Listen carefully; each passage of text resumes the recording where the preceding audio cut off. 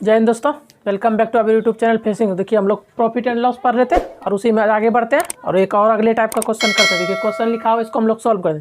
देखिए क्वेश्चन है, एक व्यापारी अपनी वस्तु का मूल्य लागत मूल्य से 15% बढ़ाकर निर्धारित करता है। यदि वह वस्तु को निर्धारित मूल्य से 12% कम मूल्य पर बेचता है तो उसका लाभ प्रतिशत बताना। देखिए ये हमारा अगले टाइप का क्वेश्चन है, तो चलिए इसको हम लोग सॉल्व करते हैं। उससे पहले आप लोग जाइए और चैनल को सब्सक्राइब कीजिए और जितना ज़्यादा हो सके उतना ज़्यादा वीडियो को शेयर कीजिए, अपने सारे दोस्तों को बताइए। तो चलिए अब हम लोग इसको सॉल्व करते हैं। देखिए क्या है, एक व्यापारी है, अपनी वस्तु का मूल्य जो है लागत मूल्य से 15। देखिए लागत मूल्य पहली बार सुने होंगे इस चैप्टर में हम लोग, अभी तक हम लोग भी क्रय मूल्य यूज करते हैं। देखिए लागत मूल्य का मतलब भी होता है क्रय मूल्य। क्रय मूल्य बोलिए या लागत मूल्य बोलिए, बात एक ही हो। जैसे मार्क प्राइस में हम लोग क्या लिखते हैं तो उसका लिस्ट या मार्क प्राइस, उसी तरह क्रय मूल्य बोलिए या लागत मूल्य बोलिए, बात एक ही है। यानी कि लागत मूल्य का मतलब क्या हो गया मेरा, क्रय मूल्य। यानी कि देखिए बोल रहा है कि एक व्यापारी अपनी वस्तु का मूल्य लागत मूल्य से 15% बढ़ाकर निर्धारित करता है। कहने का मतलब है कि एक व्यापारी जो अपने वस्तु का क्रय मूल्य जो है, यानी कि लागत मूल्य मतलब क्रय मूल्य, क्रय मूल्य जो निर्धारित करता है 15% से बढ़ाकर निर्धारित करता है। यानी कि अगर मान लीजिए 100 है उसका CP 100, यानी क्रय मूल्य 100 है तो 15% बढ़ा देता है, यानी कि 15 बढ़ा दे 115 उसका अंकित करता है। यानी कि बोलता है 115 मेरा CP है। देखिए 15%, पहले देखिए इसका वैल्यू 15% के बराबर हम लोग क्या जानते हैं।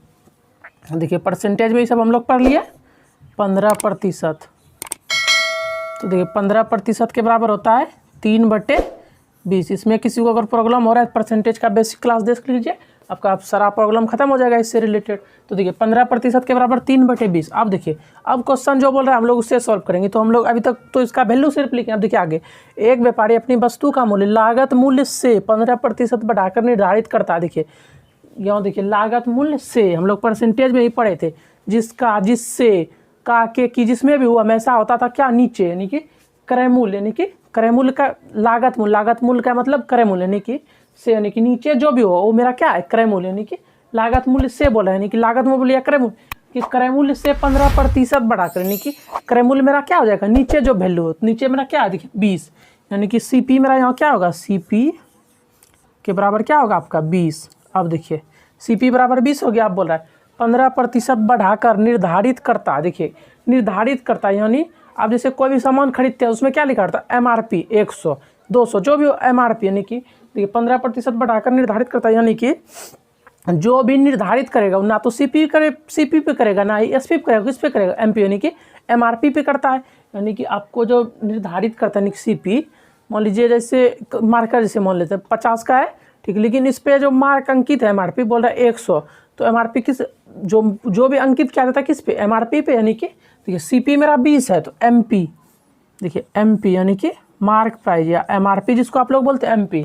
देखिए MP क्या 15% बढ़ाकर निर्धारित करता है। यानी कि अगर 20 का सामान है तो उसको 3 बढ़ा के निर्धारित करता है, यानी कि 20 का सामान उसमें 3 बढ़ा देता है, वही बोल रहा है 15% बढ़ाकर निर्धारित करता है। देखिए 15% बढ़ाकर निर्धारित करता है, इसका कहने का अर्थ तो क्या होगा, 20 का सामान है लेकिन कितना बोल रहा है 23, यानी कि सामान है 20 का लेकिन उस पर अंकित जो क्या हुआ 23, यानी कि MP क्या मेरा 23। देखिए 23। आई होप कि यहाँ तक प्रॉब्लम नहीं होगा। देखिए इसको एक बार फिर समझते हैं।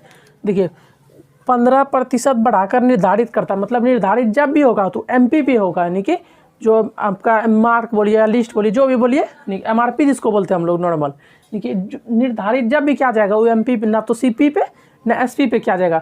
या छूट दे रहा हो या निर्धारित करो तो हमेशा ही MP पे होता है, इसको आप ध्यान रखिएगा। तो 15% बढ़ाकर निर्धारित करता है, तो 15% यानी 3/20, यानी कि 20 का सामान है, देखिए CP 20 का है, क्या लिखा है लागत मूल्य से, जिससे हम लोग पढ़े हमेशा नीचे, तो 20 हो गया नीचे। अब बचा क्या, 20 से 3 बढ़ा रहा है, देखिए 20 से 3 ज़्यादा, यानी कि 23। MP कितना है 23। तब आगे देखिए यहाँ तक किसी को कोई प्रॉब्लम नहीं होगा। अब देखिए आगे क्या बोल रहा है क्वेश्चन, यदि वह वस्तु को निर्धारित मूल्य से 12% कम मूल्य पर बेचता है। देखिए आगे बोल रहा है, यदि वह वस्तु को निर्धारित मूल्य से 12% कम मूल्य पर बेचता है, जो भी मूल्य निर्धारित किया उस पर 12% से कम, 12% का मान लीजिए छूट दे रहा है, नहीं कोई निर्धारित मूल्य से 12% कम मूल्य पर बेचता है, मतलब 12% का छूट दे रहा है किस पे, निर्धारित मूल्य पे। निर्धारित मूल्य उसका कितना है 23, इसी पे 12% कम मूल्य पर बेचता है, मतलब 12% इसका छूट दे रहा है। तो देखिए 23 का क्या कर लेंगे, 12 माइनस 12%।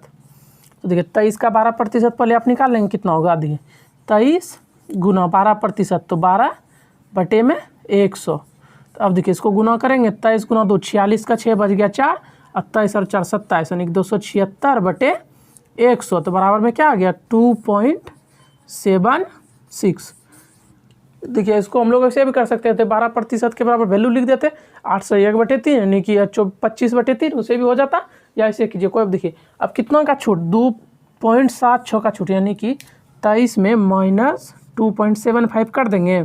काहे की बोल रहा है कि 12% कम मूल्य पर बेचता है, 12% का वैल्यू क्या 2.76, तो 2.76 कम कर देंगे तो क्या देखिए 23 में इतना घट जाएगा तो क्या बचेगा, इधर देखिए 0.24 इधर हो जाएगा 21, देखिए 21 में 22 में 2 गज क्या 20 यानी कि 20.24, यानी कि छूट देने के बाद जो वस्तु है 20 रुपया 24 पैसा का है। तो आप देखिए आगे क्या बोल रहा है, बेचता है तो उसका लाभ प्रतिशत बताइए। देखिए इतना 20 का सामान था लेकिन वो मार किया 23, अब उसके बाद 23 जो मार किया उस पर 12% का छूट दिया, यानी 2.76 का छूट दिया, तो बेच कितना मेरा वस्तु, देखिए बेचता है यानी कि एसपी क्या हो गया मेरा, देखिए ये नहीं बोल रहा है 12% कम मूल्य पर बेचता है, यानी कि 12% छूट देने के बाद जो भी वैल्यू आएगा वो मेरा एसपी होगा।